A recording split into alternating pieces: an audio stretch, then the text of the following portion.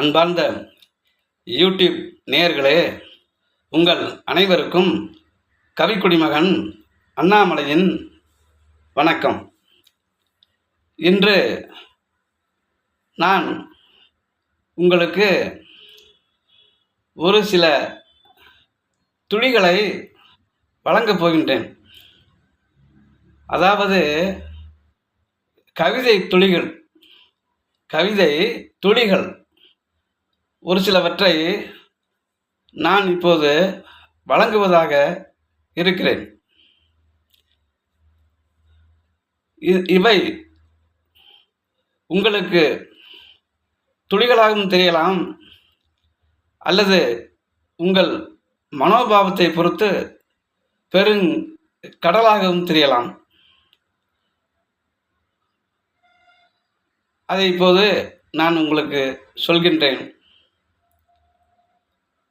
பூமி ஒரு பஸ் நிறுத்தம். இங்கே புரியாமல் இறங்கிவிட்டேன்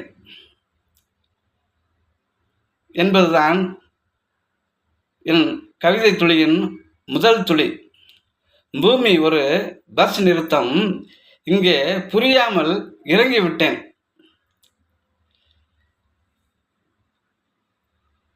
ஏனென்றால் இந்த பூமி ஒரு சுலபமான ஒரு வழிமுறைகளை வாழ்வதற்கு ஏற்ற ஒரு சுலபமான வழிமுறைகளை தருவதாக தெரியவில்லை.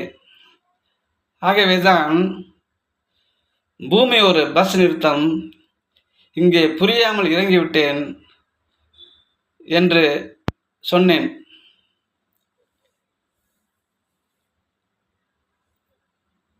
ஆதவன் உங்களுக்கு தெரியும். ஆதவன் என்றால் சூரியன். சூரியனை பார்த்து நான் சொல்கின்றேன், ஆதவா, இருட்டு என்றால் உனக்கு என்னவென்றே தெரியாது. மனிதர்களை கேள், அவர்கள் மனதை காட்டுவார்கள். சூரியன் ஒரு ஒளி பிளம்பு, முற்றிலும் ஒளி நிறைந்தவன். அவனுக்கு எப்படி இருட்டை பற்றி தெரியும்? ஆகவே ஆதவா, இருட்டு என்றால் உனக்கு என்னவென்றே தெரியாது. மனிதர்களை கேள், அவர்கள் மனதை காட்டுவார்கள் என்று இரண்டாவது துளியையும் உங்கள் மீது தெளிக்கின்றேன். இந்த உலகில் இருள் இருக்கிறது. அதை காட்டிலும் பெரும்பாலான மனிதர்களின் உள்ளம் இருட்டாக இருக்கிறது. அங்கே உண்மை என்ற ஒன்று இருக்குமானால் அந்த உள்ளங்களும் ஒளி பொருந்தியதாக இருக்கும். ஆனால் மிக பெரும்பாலான மனிதர்களிடம் உண்மை என்பதே இல்லை என தெரிகிறது. ஆகவே மனிதர்களின் மனதை இருட்டுக்கு ஒப்பிட்டு அவ்வாறு கூறினேன். அடுத்து மூன்றாவது துளி. இந்த பூமி பந்தை எனக்கு இறைவன் பரிசாக கொடுத்தான். இந்த பூமி பந்தை இறைவன் எனக்கு பரிசாக கொடுத்தான். ஆனால் ஒரு வித்தியாசம், அதுதான் என்னை உருட்டி உருட்டி விளையாடுகிறது.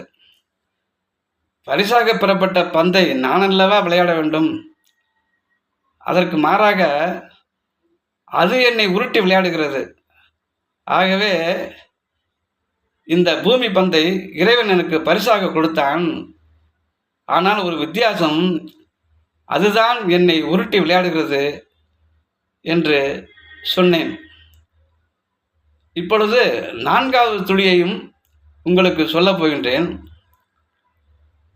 வெளியூரில் கால் ஊன்றினேன், உள்ளூரில் கல்லை ஊன்றி விட்டார்கள்.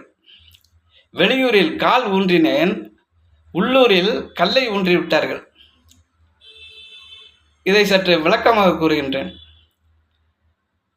மனிதன் யாராயிருந்தாலும் வருவாய் இருந்தால்தானே உள்ளூரில் இருக்க முடியும். வேலை நிமித்தம் தொழிலின் காரணமாக வெளியூர்களுக்கு செல்ல வேண்டியது இருக்கும். அவ்வாறு வெளியூரில் இருந்த காலத்தில் எங்கள் ஊரில் உள்ள எங்களது பூர்வீக இடத்தில் ஒரு சில கயவர்கள் எங்கள் இடம் என்று சொல்லி கல்லை ஊன்றி விட்டார்கள்.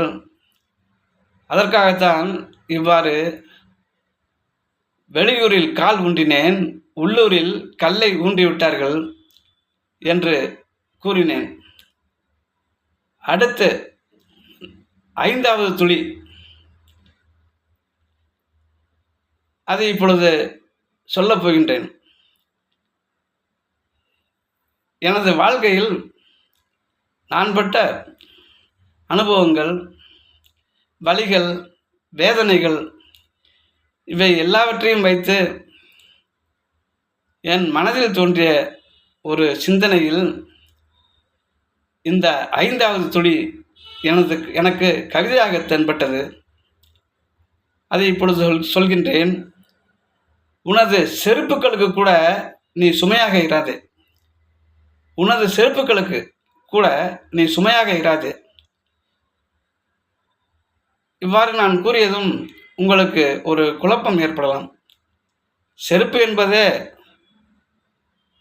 மனிதர்களின் பாதங்களை சுமப்பதற்குத்தானே இருக்கிறது. அதற்காகத்தானே அந்த செருப்பை நாம் அணிகின்றோம் என்றெல்லாம் நீங்கள் நினைப்பது எனக்கு புரிகிறது. யாருக்குமே சுமையாக இருந்துவிடக்கூடாது என்ற கருத்தை வலியுறுத்துவதற்காக இப்படி ஒரு ஒரு ஒரு மிக அதிகமான ஒரு உவமானத்தை நான் உங்களுக்கு சொல்வதற்காக உனது செருப்புகளுக்கு கூட நீ சுமையாக இராதே என்று சொன்னேன். ஆக எனக்கு என் மனதில் பட்ட சிந்தனையில் இவ்வாறு கவிதை துளிகள் என் மனதில் ஏற்பட்டன. அவற்றை உங்கள் மீது தெளித்திருக்கின்றேன்.